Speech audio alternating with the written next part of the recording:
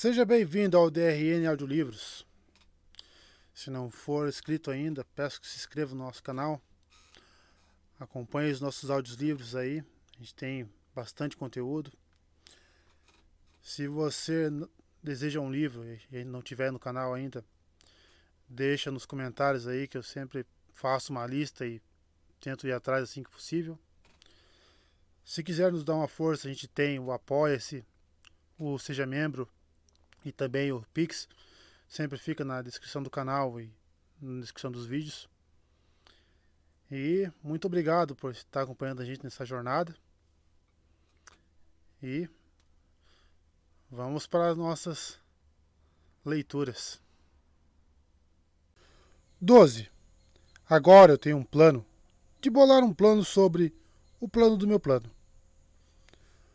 Normalmente, quando vou me apresentar, eu espero nos bastidores. Quando sou anunciado e a plateia entra em frenesi, eu pulo das cortinas, o holofote me encontra e tadá! Eu sou um deus. A apresentação de Reina não inspirou aplausos enlouquecidos. Lester Papadoulos, levante-se e fale com o Senado. Foi tão empolgante quanto... Agora vamos ver um PowerPoint sobre advérbios. Quando pisei no corredor, Lavínia colocou o pé na minha frente e eu tropecei. Olhei com raiva para ela, que fez carinho inocente, como se seu pé estivesse ali por acaso. Se bem que, considerando o tamanho das pernas dela, era possível. Todos ficaram olhando enquanto eu não andava pela multidão, tentando não tropeçar na toga.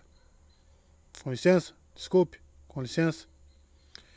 Quando cheguei à tribuna, a plateia estava tomada por um misto de tédio e impaciência.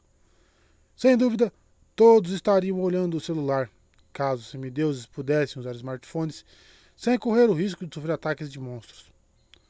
Por isso, eles não tinham alternativa a não ser olhar para mim. Eu os encantara 2 dias antes com um tributo musical fantástico a Jason Grace, mas o que vinha fazendo por eles ultimamente? Só os lares não pareceram incomodados em esperar. Aguentariam ficar sentados em bancos duros por uma eternidade. Da fila de trás, Meg acenou para mim. A expressão dela estava menos para "Ei, você vai se sair super bem" e mais para "Anda logo". Olhei para Tyson, que sorria para mim da primeira fileira. Quando é preciso se concentrar no cíclope da plateia em busca de apoio moral, é certo que a experiência vai ser um horror. Bom, oi. Ótimo começo. Eu esperava que outra explosão de inspiração pudesse trazer uma nova música. Nada aconteceu. Eu havia deixado o ukulele no quarto com a certeza de que, se o trouxesse para a cidade, Término o teria confiscado como arma. Tenho uma notícia ruim, falei. E mais outra. Qual vocês querem ouvir primeiro? A plateia trocou olhares apreensivos. Começa com a notícia ruim. É sempre melhor, gritou Lavínia. Ei, repreendeu Frank. Um pouco de decoro não faz mal, sabe? Restaurada a solenidade na reunião do Senado, Frank fez sinal para que eu continuasse. Os imperadores Cômodo e Calígula juntaram forças, falei. Descrevi o que vi no meu sonho. Eles estão vindo para cá neste momento com uma frota de 50 iates, todos equipados com uma espécie de nova arma terrível. Vão chegar aqui na Lua Sangrenta, que, pelo que eu soube, é em 3 dias, 8 de abril, que por acaso é também o dia do aniversário de Lester Papadoulos. Feliz aniversário, disse Tyson. Obrigado. Além disso, não sei bem o que é uma lua sangrenta. Alguém levantou a mão na segunda fila. Pode falar, Ida, disse Reina, e acrescentou para mim. Centurião da segundo coorte, legado de Luna. Sério?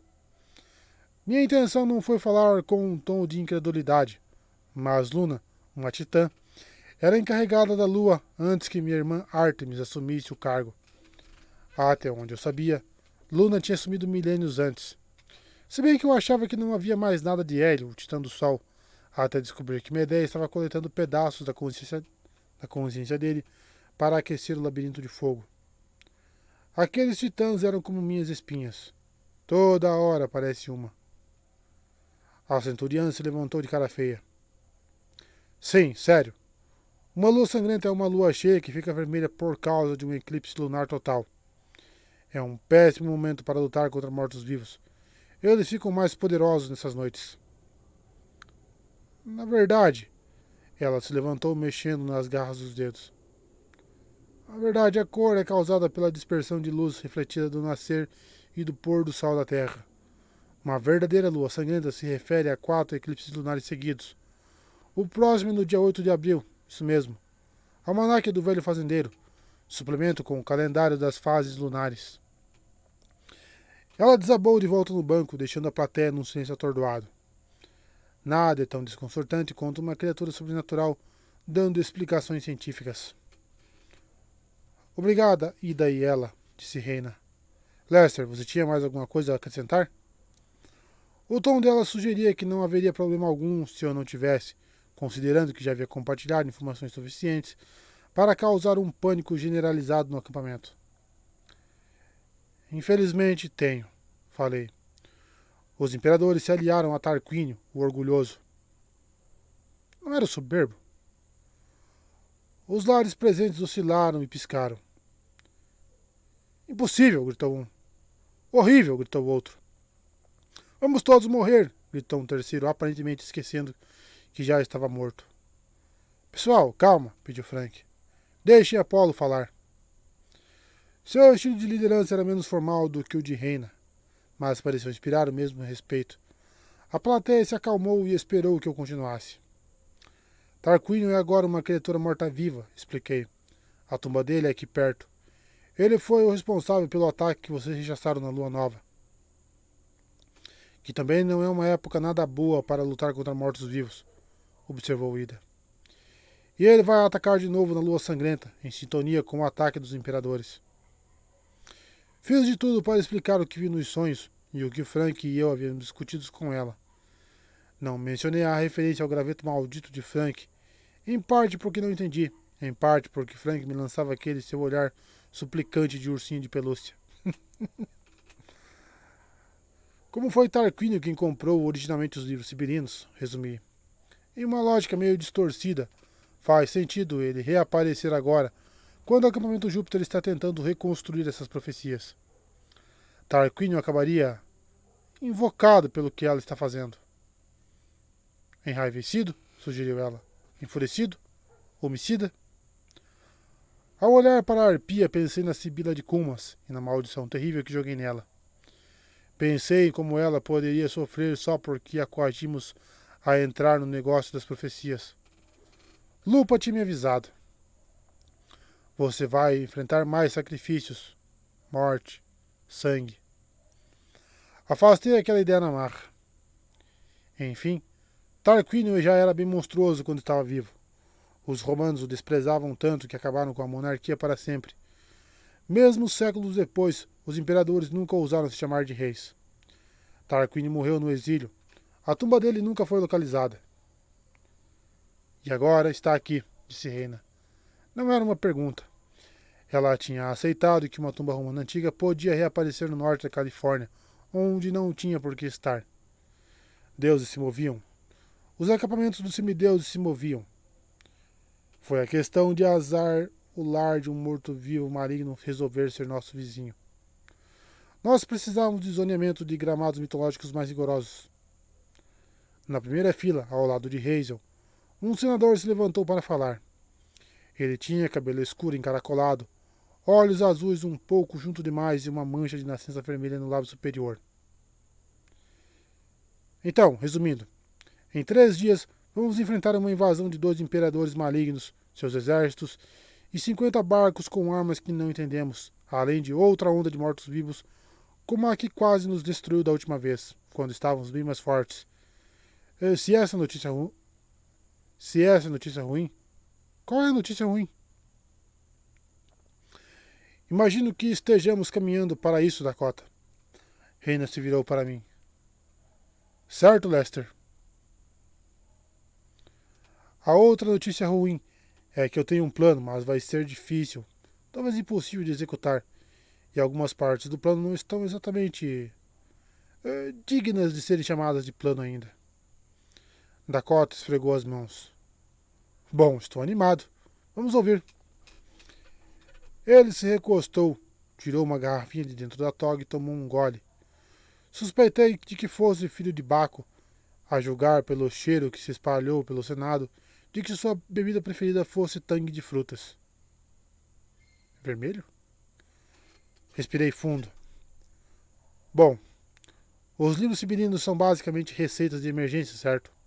Sacrifícios, orações, rituais, algumas elaboradas para acalmar a ira dos deuses, outras para chamar ajuda divina contra inimigos.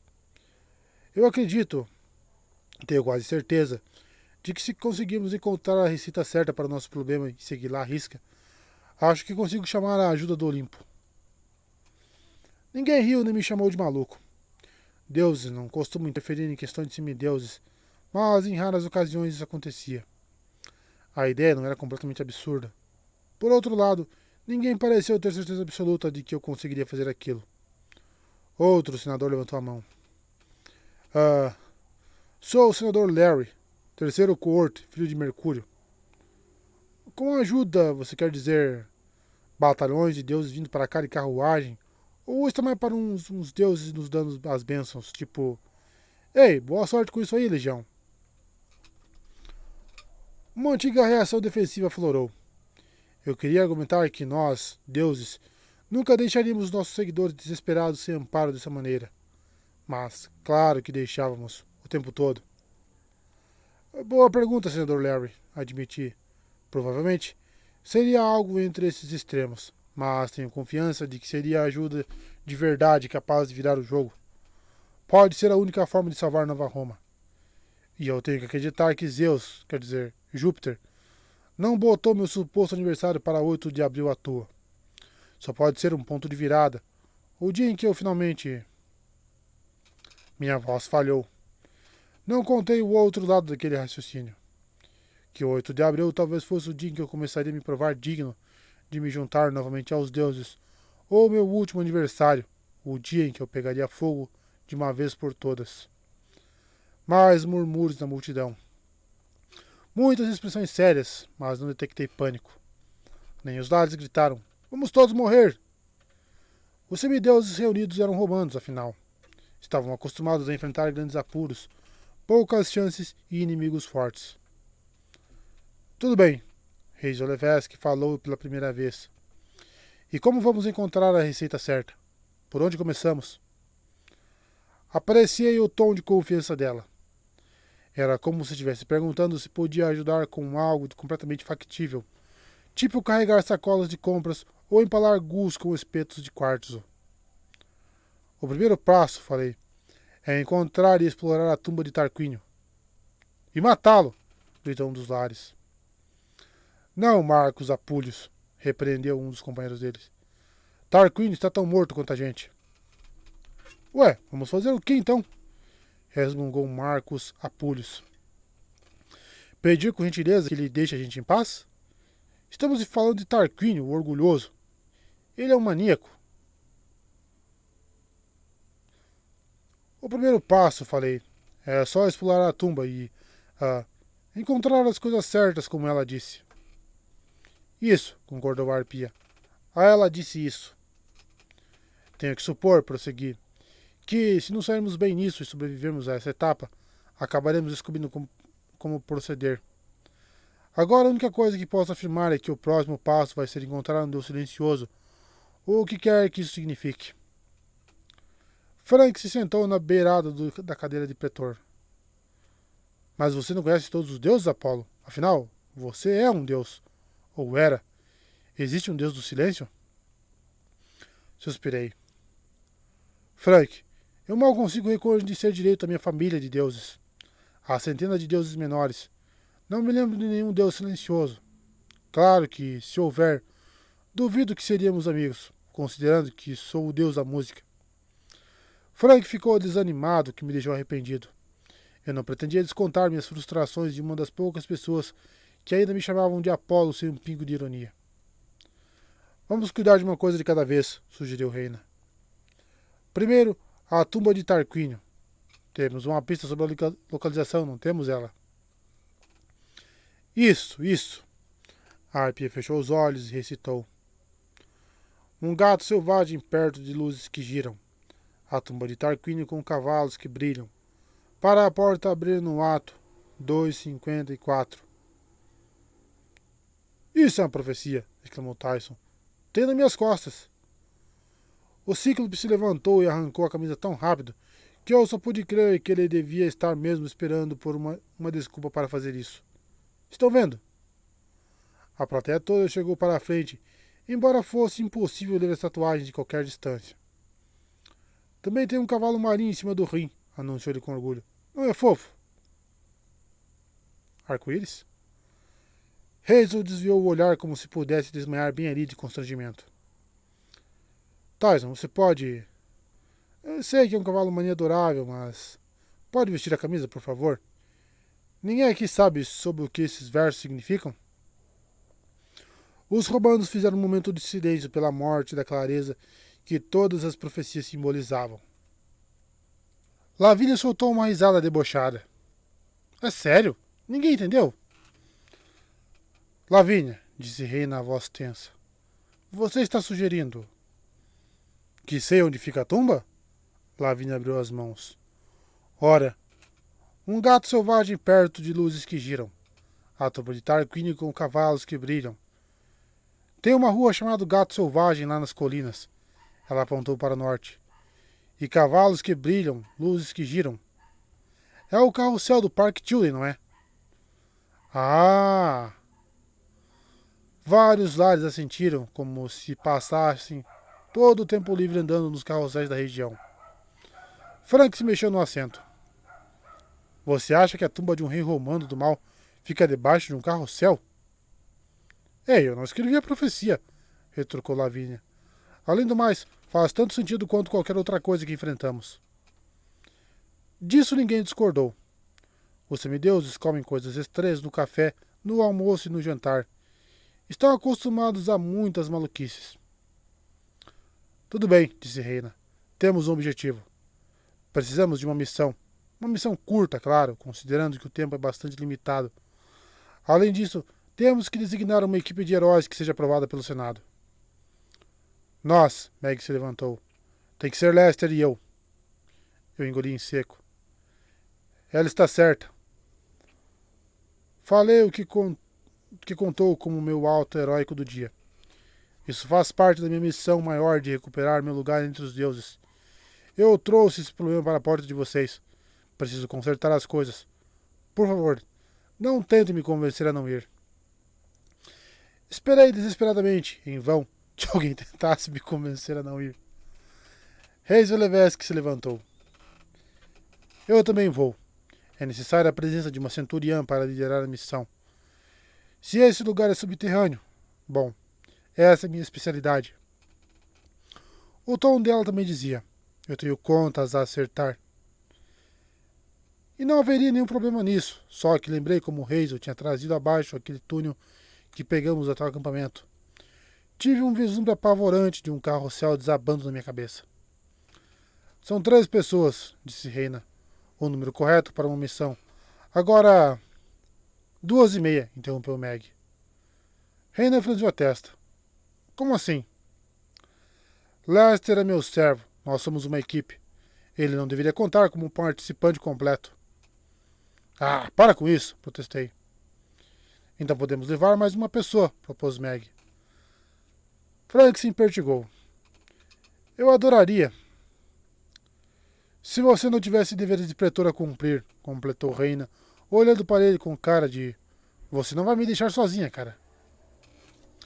Enquanto a equipe estiver fora, o resto de nós tem que preparar defesas do Vales. Tem muito a ser feito. Certo, Frank suspirou.